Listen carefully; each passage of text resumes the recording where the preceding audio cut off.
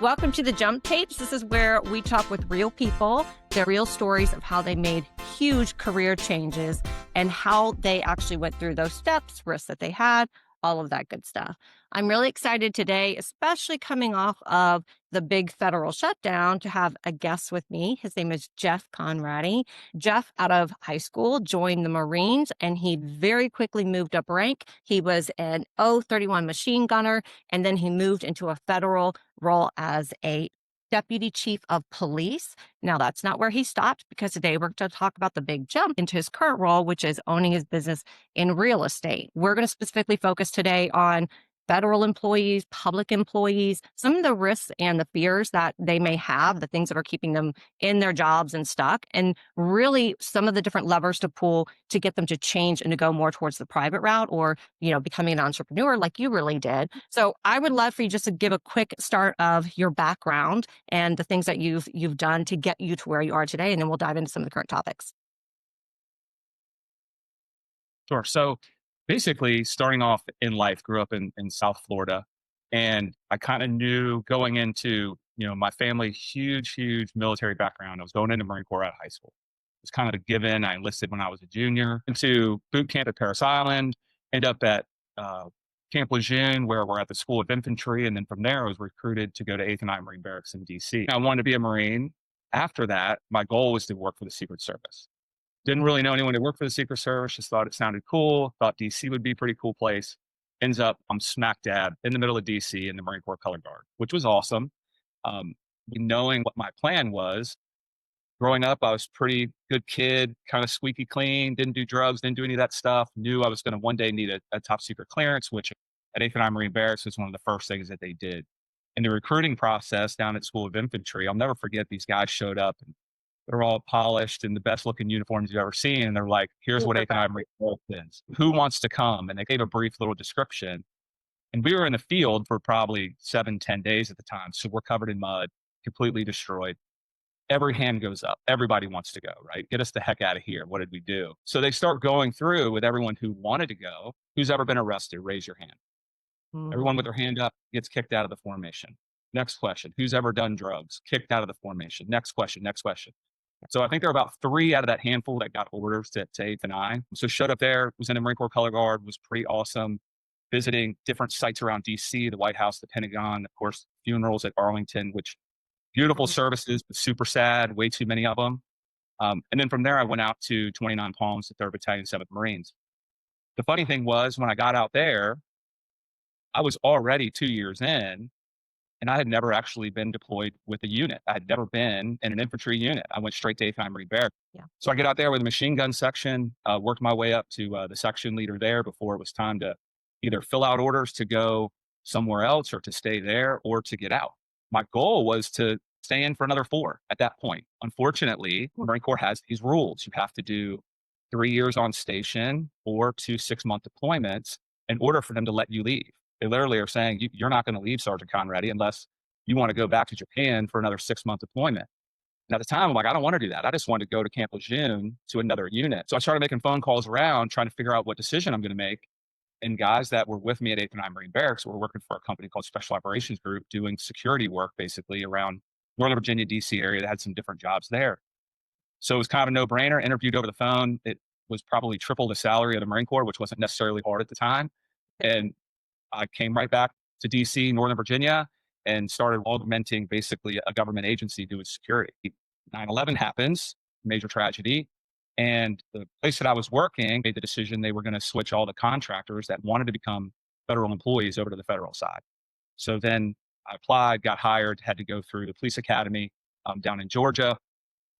Soon after that, became a lieutenant, rose the rank of captain, and then my last position there was the deputy chief. From there, I'm at the 15-ish year mark in the government, and it wasn't necessarily my favorite job.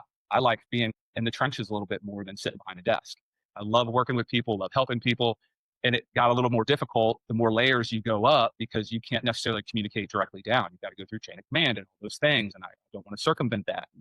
So a little tumultuous there, but made the decision ultimately that I was going to move into a different career in real estate. So Yeah. we're going to get into this career, but I want to pause you and dig into a couple of these things. You have a couple of very unique things about you, right? The first thing is there are not too many teenagers that think to themselves, this is going to be my life path that I want to go on forever. Therefore, let me behave in a way that will allow me to have this opportunity.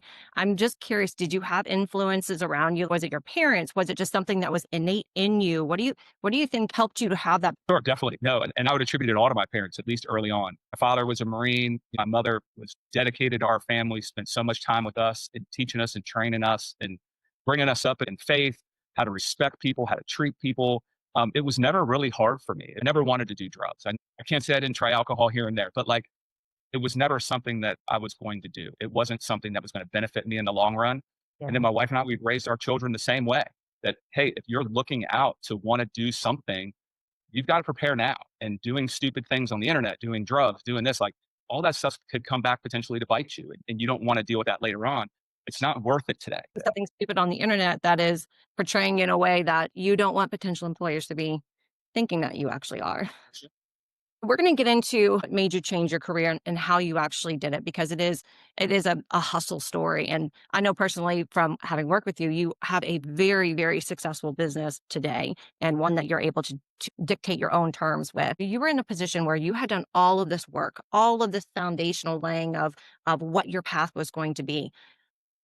There are a lot of people that have done the same thing, whether it's a public role or that's a federal role. I was looking at an article today, and 1.5 million people were displaced by the last shutdown. And there are surveys now that it's asking federal employees how confident you feel, how much do you want to stay here, and there's an overwhelming response of there's too much uncertainty. Morale was already down, and it's down even further now. There will still not be a lot of people that make a change. Why do you think that is? I think it's a key thing that you just said. Like, there's uncertainty no matter what your job is, no matter what your position is. Politics being what they are, things change, bosses change, the directions change, all of those things. And I think ultimately you need to be flexible. You need to understand things are going to come down the pipe that you don't agree with. But Mm. when they do, at some point, you can draw a line in the sand and say, this isn't something I want to do anymore. And it may be a plan that you set out and say, this is going to be a 2-year plan for you to make this move, to make this adjustment. Sometimes the decisions are made for you, or at least you're nudged in that direction. That's kind of what happened with me was I wasn't necessarily happy in the position I was in. It was a great job. I loved it. Many aspects of it were really amazing. Then there were things that I didn't like.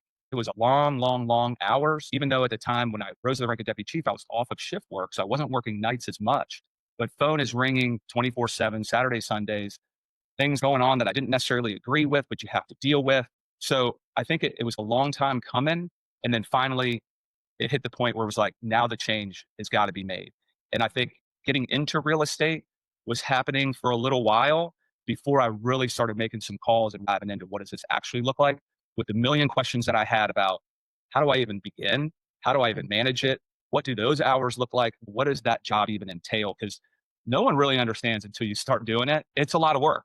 The first couple years, you're really learning, you know, And I know your reasons for why you ended up changing. Part of that was because of a lot of changes that were actually made higher up and above you. There's a whole component of political navigation when you're in a role like you were in.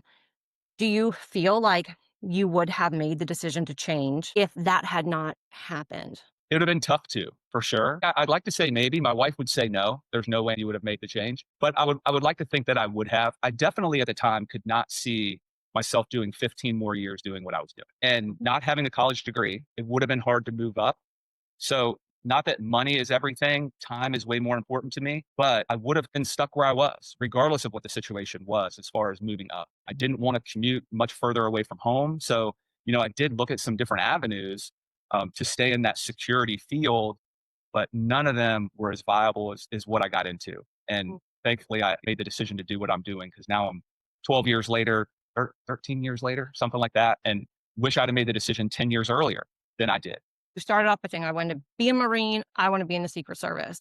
But then you're in it, and then you're like, wait a minute, this is not working. What were the things that weren't aligning with you at the time? Well, I think the biggest things were that I didn't want to do that for another 15 years. My life changed. You have more children, you need more time. You want to get into more things to help people, volunteering. So I think it was compilation of my life shifted. I thought I wanted to do that forever. But then once you do it for long enough, you go, hang on, this isn't aligned anymore. The work itself, very noble, some great folks, that I worked with. But at the same time, I really thought that's what I wanted to do forever. But as an 18, 20 couple year old, you have no idea what you're going to do forever. I think I'm going to do real estate for the rest of my life, but that may change as well. Yeah. I think now at least I'm not scared to make a change. I don't know that I would ever leave real estate, but if another opportunity came up that was good or I thought was better, I wouldn't be afraid to jump. What you just said is that, like, now you wouldn't be scared to make the change. I think that is a very common theme within people that make these big shifts. The first one is not necessarily the one that they were planning for. However, after taking the step back, hindsight's always 2020, and you start seeing, oh, this was actually for the good. I did it. It was really risky. It was hard, but I could do it again. That's a really common theme. And a lot of people, I think, actually miss that opportunity when something bad happens in our own minds, like very negative, get fired, or this pushed me out, or you cut my pay, or all those different things.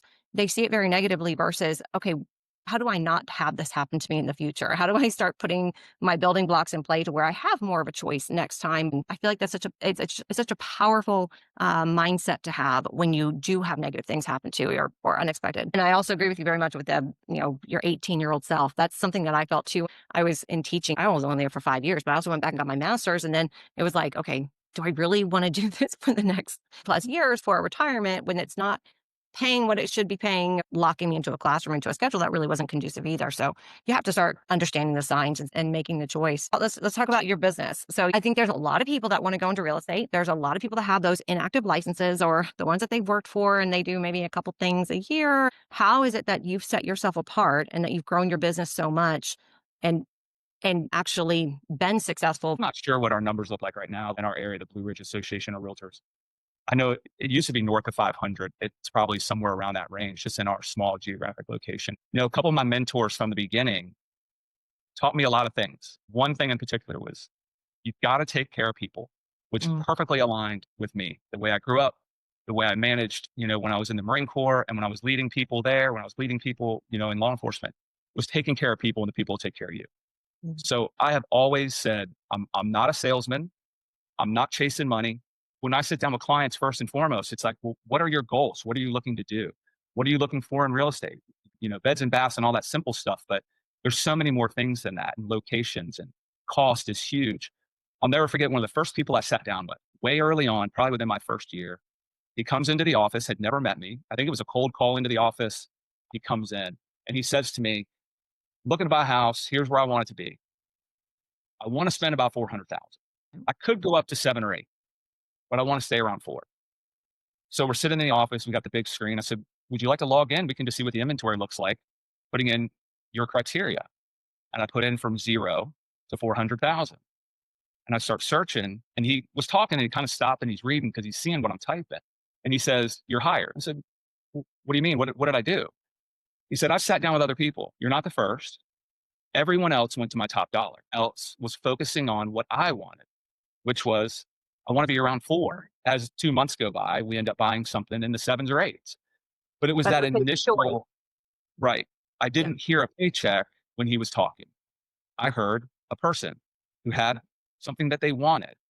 Pushing someone's budget is never good for the business. It's never good for the industry, especially if you push them too far and then they end up buying something that just because the lender can qualify them doesn't mean that it meets all their other needs with all their other expenses. I don't want to see people house poor. It doesn't help them. It doesn't help their family. It definitely doesn't help, the real estate industry. So I've never chased money. I've always just tried to help people. Everything I do is word of mouth. It's all personal referrals. I don't buy leads from anywhere or anything like that. Not that that's a bad thing. I think now I'm more so trying to figure out how to work smarter and work less. I've got 3 grandchildren at this point. I kept the first one on Mondays. He was home with me. And then Tuesdays, I'm at Highland Food Pantry every morning and able to do all the things that I wanted to do for a long time, but couldn't with a 9 to 5 job. It's definitely opened up where now I really realize what's important in life, not chasing a rank or chasing a title. It's cool you have, major bars on your collar or sergeant, chevrons, but really what is important? And it's a great question to ask people. And I talk to folks that want to get into real estate and they're talking to me and I'm like, what is success to you? What are you trying to do? If it's, I want to make $1 million and blah, blah, blah, it's like, okay, I don't know that that's the starting point because you're going to have a tough time, especially starting off. That if you're just looking for money, because I think you start making bad decisions. Yeah. Or you have very high expectations. And when those expectations don't come to fruition, you get discouraged. And if you're only chasing the money aspect, that only goes so far because if everything is not aligned and then you're not making the money on top of it, which happens, it's never a guaranteed thing, then it's very easy to get discouraged and feel like you want to quit with that. You say you're not a sales guy, but you do two really amazing things, which is the epitome of great sellers. The first one is exactly what you just talked about is you actually listen. You're not overselling. So if for any salespeople that are listening, take note of that. There are ways to kill a deal. And killing a deal means trying to push your own agenda versus sitting back, learning about your client, and then really trying to solve it for them in the way that they want it to be solved. So that's sales tip number one. Sales tip number two, though, is you've built your business humming machine through referrals, but you also got into real estate through referrals. And that's the other piece about sales is that you have to build that network and know how to utilize that. I would like to share just like real quick about how you actually started. Like, 'cause, I mean, it's a big decision, right? You didn't want to go back to school so that you could get the chief title, but you did have to go through school and certification to get your real estate license and make big investments. What helped you to decide and determine to do that? So, couple good friends of mine, I basically sat down with them and said, here's what I'm thinking of doing, and I know nothing about this real estate stuff, more than I've seen you guys do it. My wife's mother was in real estate at the time, and kind of talked to them, picked their brain before I made the final call to go. Okay, I'm going to go go with this. Ultimately, being a little vulnerable and saying, "Hey, I need your help," and then listening to people after that and shadowing with agents and going on meetings and appointments with them and how are they communicating with people and all that stuff. I'll tell you right now, you get your real estate license and you go take that exam, you don't know anything about real estate. Laws, some rules, how to, the square footage of an acre, like stuff Oh, that you don't even necessarily fall back on too much. So you really have to have a little bit of a network around you. And I remember one of the agents that very early on, and he's a good friend of mine now. He said to me, he's like, I'll answer any question you've got, but I don't want to answer them more than twice. You need to ask the questions, but you need to be listening to them. And then you need to learn them and apply them. yeah. I've got some advice that I completely discarded because I thought it was completely insane. Never tell a potential client that you're busy doing something other than real estate. Just lie to them. Tell them you're with clients. Tell them you're on a conference call. Tell them you're doing something. I'm like, no, I'm going to tell them I'm coaching tonight from 7 to 9, but I can show them the property tomorrow morning. I can do tomorrow evening. Here's your options because I'm not a robot. And I think some people try to be robots. And Mm. you get on this internet, my wife will post photos of us somewhere. And if I told someone else that I'm out showing property and then she posts something that we're at a winery and my clients see that, I'm gonna have That's issues, right? But credibility right there. yeah, I mean, Yeah. integrity first and foremost, doing what's right for the right reasons, taking care of people. But ultimately, going back to your question, I really relied on them for solid points and solid advice. I'll tell you a funny story real fast. So, anyone who's taken a state exam in Virginia, you've got to go down to Northern Virginia, or you go to, I think, Yeah. Richmond, you That's can go as better. well. You're sitting in this little cubicle. And I don't know if you can tell on the screen, you obviously have met me many times, but I'm not a little person. I'm taking this exam and I lean back and I'm almost done with it. And I'm stressed out because I'm afraid I'm going to fail this thing. And I kick the power cord and it just shuts off. Choo. Did it save it? Little tear came down my eye and I had to walk out into the lobby and I'm like, the thing shut off. And she just kind of laughed and she said, don't worry, sweetie, it's on the server. So she got me called back in, but definitely nerve wracking, getting that exam done. And, thankfully I passed it the first time, but a lot of people don't, and they get discouraged from that. And I try to tell people that I've talked to in that scenario, you just got to get through that exam. Once you get that done, you get your license and you pay your dues and you're with a brokerage, you have to start doing the real work, which is people. You learn. You have to You gotta, learn how to apply. You have to learn how to actually take and synthesize the knowledge that you've actually put into your head. And that's where a lot of people will stop because they think that they know everything. And then it becomes overwhelming because you have no idea what to expect when you actually go and do the job. I would say this is incredible advice for anyone that's looking to make a career change. And the advice is don't jump into it. Don't just make the change because you feel like on the surface of things, it looks great. That's what your college self does. It looks at jobs on the outside and it says, oh, I want to be this, I want to be this. And you focus and you do it and you plan for it. When you are in a mid-career stage and you know that you're burned out with one career or one field, you put yourself at a much higher risk to do the exact same thing if you think, okay, I love this job on the surface. Let me go apply and let me go do this job and let me go make this happen. Versus let me interview people super informally and ask them what they love, what they hate, like what are the ins and outs. Let me shadow some people. Yeah, it's going to be free work and free time for you, but that's a whole lot more valuable than wasting another 5, 6, 7 years completely miserable in the job that you're in. You're going to waste money, opportunity, your mental health, your whole personal life. So utilize your resources, your referrals, and learn from people because people will help. People will listen. People will answer questions, not more than once typically, but they will help. What is the hardest thing about what you do today? I would say working with other agents. And to explain that, I could tell you story after story of just trying to schedule a showing and they're not Oh, replying. Basically, if you're listing a house, if you're an agent that's worth your pay, if it's got some acreage, you're going to get a plat, you're going to get the septic paperwork, you're going to do a little background, you're going to load all that stuff within the MLS so that when an agent like me comes up with a client who wants to know what kind of septic system it is, wants to know the property corner, the more documentation, the better, so that you can get a big picture of what you're dealing with. I may have a client that wants to put in a pool in the back of the house. Well, I need to know where the well and the septic are. There's things like that that you're reaching out to these agents going, hey, can you provide me this? Can you get me this?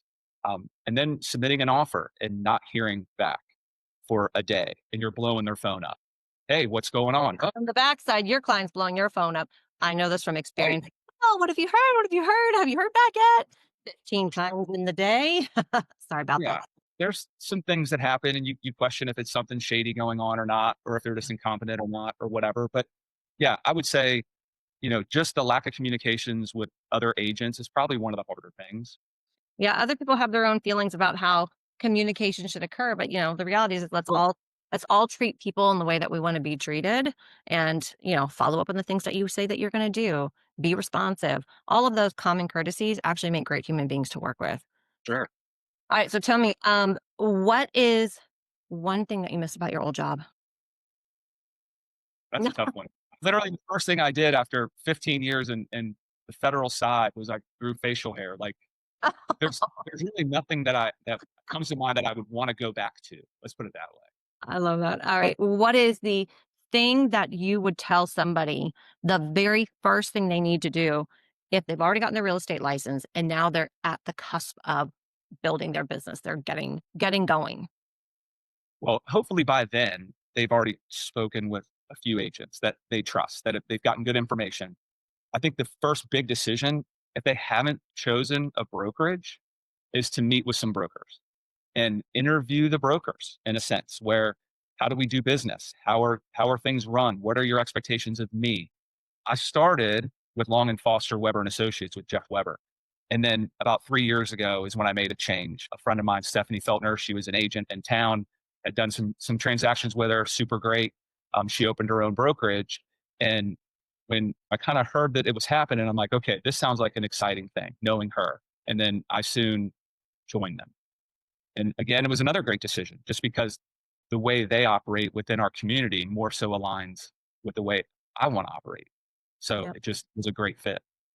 You're constantly reevaluating and now realigning yourself, which is what we have to do if we want to keep progressing in our life. If we stay stagnant, then our life is going to be stagnant. So I love that those are the things that you're still actively doing. When we think about this theme of you're in a public role, you're in a federal role, there is a whole lot of fear about losing the stability, despite political unrest, despite things that you just cannot change. I couldn't change when I was a teacher, going on a pay freeze for 4 years. What would you say to the people that are on that tipping point? They're frustrated. They are thinking, I don't want to do this for the next 15 years, but they have that fear about the stability piece, the losing the retirement that they've earned over X number of years, and really taking a risk in the private sector. I would say that person needs to really dig deep and go, what is important to me? And where would I want to be if I took that away? Because there's stability in the private sector. Yeah, There there may is. be more there's maybe more stability than the government side. The war on the employee right now is insane on the government side. Politics being what they are, I think government employees are being demonized wrongly. You can say I don't think we should be doing that job that that person's doing, but it's not the person. The person applied for a job and got hired for it. So they're not the devil. They're just trying to do their work and they've got marching orders and they're taking care of it. But I would say that person needs to really start talking to people in the community that they're friends with that have other careers and other jobs and start seeking out some different opportunities and then figure out what that looks like and how does that align with what they want to do. I answer my phone all the time for people going, "Hey, Jeff, I'm thinking of leaving what I'm doing and getting into real estate. What do you think?" And we have a long talk because it's not just, "Oh, yeah, the water's great, jump in," because it may not be for them. There was one hard conversation I had with someone whose personality definitely did not align with working with customers and Not clients. And not a good fit probably. But Mhm. I would say for that person, they need to just really start figuring out what's important to them and finding a different thing that could support all of their needs at the same time. Because sitting in a miserable job is not the way to go. You may not be able to make the change today, but Sure. the takeaway is, start planning for the change. There's so many examples of people that kept their jobs and they pursued and started something on the side that was kind of a passion project or a hobby project that then became their business that they felt really stable that they could leave. If you're letting that just suck your time, your energy, and not thinking this is a avenue for financial security that I have to stay in, but let me also explain the great season of giving and thankfulness. We see the best in humankind, I think, during these seasons, and we also see the worst sometimes. They're posted on videos. But your current role has given you the opportunity to not just have more time with your family and spend time with your grandkids and travel, but you really have focused your life on giving back and helping the community. I'd love for you to share some of the things that you're doing and why that's important for you because I think sometimes we get into a mindset of like, if I'm not taking care of myself or if I'm feeling bad, I can't help others. And I think it's a wrong misconception. Yeah, for sure.